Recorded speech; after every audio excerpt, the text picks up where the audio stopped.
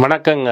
நேத்து புது வருஷம். அதனால இதை பத்தி ரொம்ப பேச வேண்டாம். ஒரு நாளைக்கு ரெஸ்ட் கொடுப்போம் அப்படின்னு சொன்னோம். இது என்னன்னா சொகோல் கிரேடு ஆயில், க்ரூட் ஆயில்னு ஒன்று இருக்கு. இந்த சொகோல் கிரேடு க்ரூட் ஆயில் ரஷ்யால இருந்து எக்ஸ்போர்ட் பண்றது. 6 டேங்கர் இந்தியாவை சுத்தி சுத்தி வரதான். இந்தியன் கோஸ்ட் பின்னாடியே சுத்திட்டு இருக்கான். ஒரு 10 நாளா சுத்திட்டே இருக்குதான். இத்தனை நாளா என்ன பேசிட்டு இருந்தோம் நம்ம?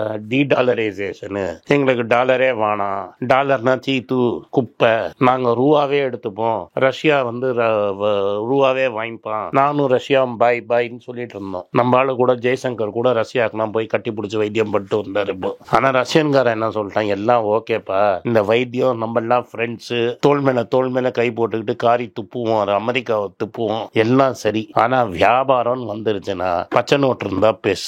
நோ பச்சை நோட் நோ டாக். சரி, பச்சை நோட்டு நான் வாங்க முடியாது, நீ கொடுக்க முடியாது, கஷ்டம். இந்த பச்சை நோட்டுக்கு அகேன்ஸ்டா பெக் பண்ணி ஒரு கரன்சி இருக்கு. பெக்னா என்னன்னா என்னன்னாலும் அந்த ரேட்டு மாறாது. அது இந்த ஆயில் பெட்ரோ டாலர்னு சொல்லுவாங்க. இப்ப இந்த கல்ஃப்ல இருக்கிற எல்லா கரன்சியுமே ஃபிக்ஸ்ட் அகேன்ஸ்ட் யூஎஸ் டாலர் அப்படின்னா அது மாறவே மாறாது. மற்ற கரன்சிலாம் மாறினா கூட இவ்வளோ சவுதி ரியால்னா இவ்வளோ டாலர், இவ்வளோ யுஏஇ திரம்னா இவ்வளோ டாலர் அப்படின்னு ஒரு லிஸ்ட் இருக்கும். அந்த லிஸ்ட்டை நான் சைட்ல போடுறேன். இது பேரு பெட்ரோ டாலர், நீங்களே பார்த்துக்கோங்க. ஸோ ஆனால் நம்ம என்ன சொன்னார் நம்ம நம்மளும் அபுதாபியும் ஃப்ரெண்ட்ஸ், ரைட்டா?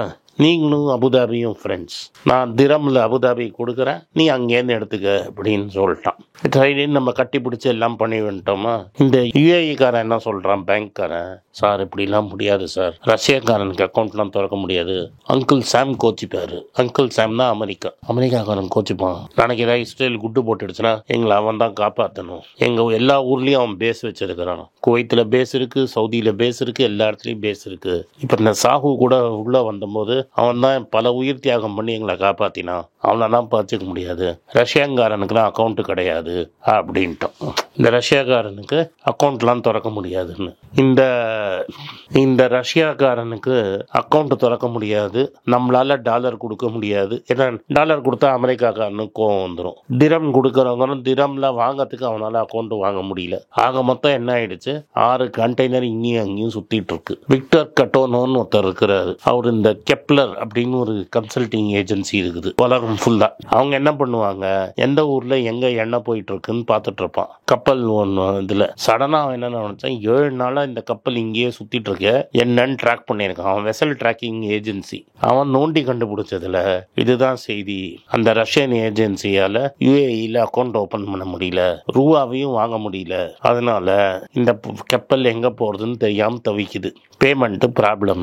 அதனால இப்ப என்ன பேசிட்டு இருக்காங்கன்னா, சைனால யுவான் வாங்குறதுல ப்ராப்ளமே கிடையாதுங்கிறான். ஏன்னா யுவான் சவுத் ஈஸ்ட் ஏஷியால கொடுத்து கைப்படுத்தனை பண்ணிக்கலாம். இல்ல நம்ம யுவானுக்கு பதிலாக ரஷ்யாலேருந்து சைனாலேருந்து ஏதாவது இம்போர்ட் பண்ணிக்கலாம். சீப்பா ஸ்டீலு ஏதாவது கமாடிட்டியை நான் வாங்கிப்பேன். எனக்கு தேவையான பொருளை நான் வாங்கிப்பேன். இந்தியாவில் எனக்கு தேவையான பொருள் ஒன்றும் இல்லை. சைனீஸ் யுவானை நான் வாங்கிட்டா யுவானை திரும்பி கொடுத்து தேவையான பொருளை நான் வாங்கிப்பேன். என்கிட்ட நீங்க ஐபோன் வச்சிருக்கிற, நான் ஐபோனை நான் வாங்க முடியாது. நீ இது மாதிரி ஏதாவது பல்கா எலக்ட்ரானிக் சாமான்லாம் பண்ற, அதெல்லாம் எங்களுக்கு டிமாண்ட் இல்லை. ஸ்டீலு சீப்பா தரேங்கிறான், சிமெண்ட் சீப்பா தரேங்கிறான், என்கிட்ட இல்லாத பொருளை சீப்பா அவன் தரேங்கிறான் சைனாக்காரன். என் யுவானையே திரும்பி வாங்கிக்கிறேங்கிறான். அதனால ரூபால நான் வாங்க முடியாது, யுவான்ல நான் வாங்கிக்கிறேன்.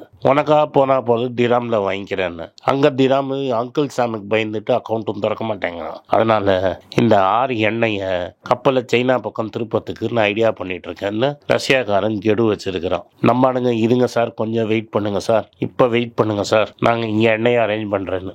என்னன்னா எண்ணெய் உங்களுக்கு சீப்பா கிடைக்காது. முதலாளி ஜியோட ஃப்ரெண்டுக்கு சீப்பா வரும். கடைசியில பார்த்தா ஜியோட ஃப்ரெண்டுக்கும் ஆசை இல்லை, மண்ணா தூக்கி போட்டோம். அதனால இப்ப இந்த எண்ணெய் நம்மளுக்கு கிடையாதுன்னு ஆயிடுச்சு. ஆனா இது இந்த 6 கண்டெய்னருக்கு தான். ஆனா நேற்று தான் அம்மையார் என்ன சொன்னாங்கன்னா, நாங்க ரஷ்யன் ஆயில் சீப்பா வாங்குவோம். நாங்க இந்த ப்ராப்ளம் பத்தி உங்கள்கிட்ட சொன்னாங்களா?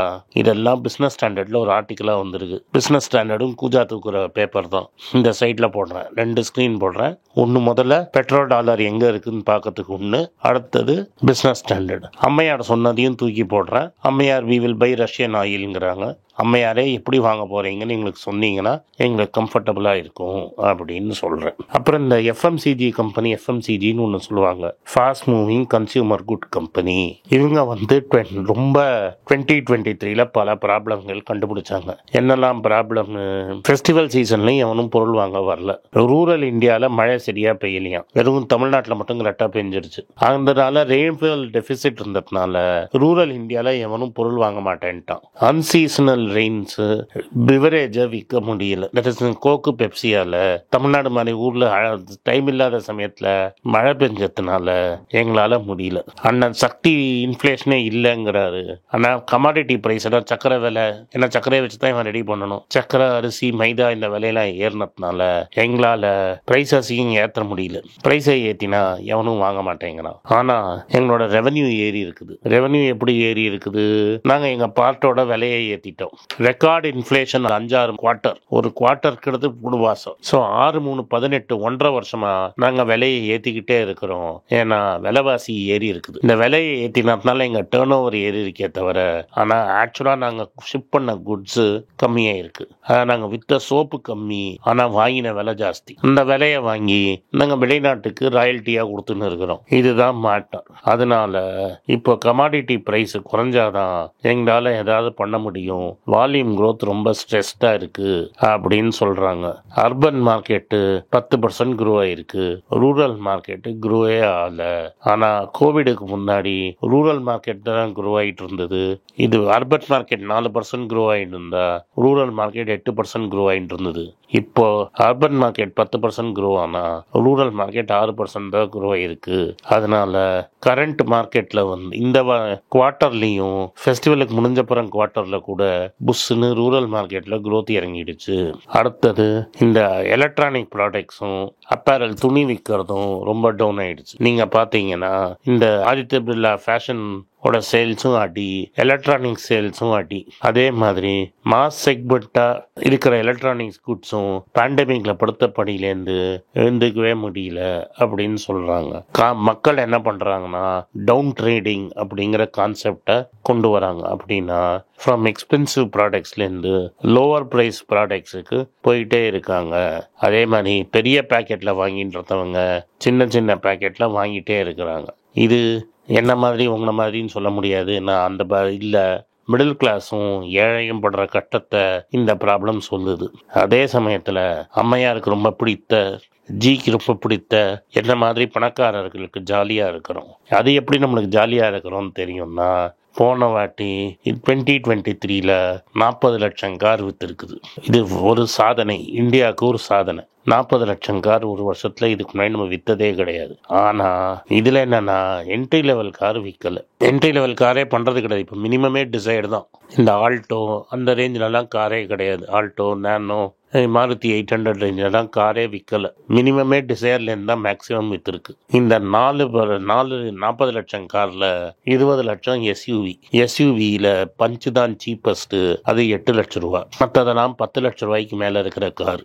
யாரால 10 லட்ச ரூபா கார் வாங்க முடியும்னு உங்களாலேயே கணக்கு போட முடியும். துட்டு கையில் நிறைய இருந்து 2 லட்ச ரூபாய்க்கு மேலே சம்பாதிக்கிறவன் தான் எஸ்யூவி கார் வாங்க முடியும். சரி, 1 லட்சத்துக்கு மேலே சம்பாதிக்கிறவன் கட்டப்பட்டு கடனை கட்டி வாங்குவானா இருக்கும். ஆக மொத்தம் முக்காவாசி பேர் காரை சினிமா படத்தில் தான் பார்க்க முடியுமே தவிர, இல்லை அட்வர்டைஸ்மெண்ட்டில் பார்க்கணுமே தவிர காரை வாங்க முடியல.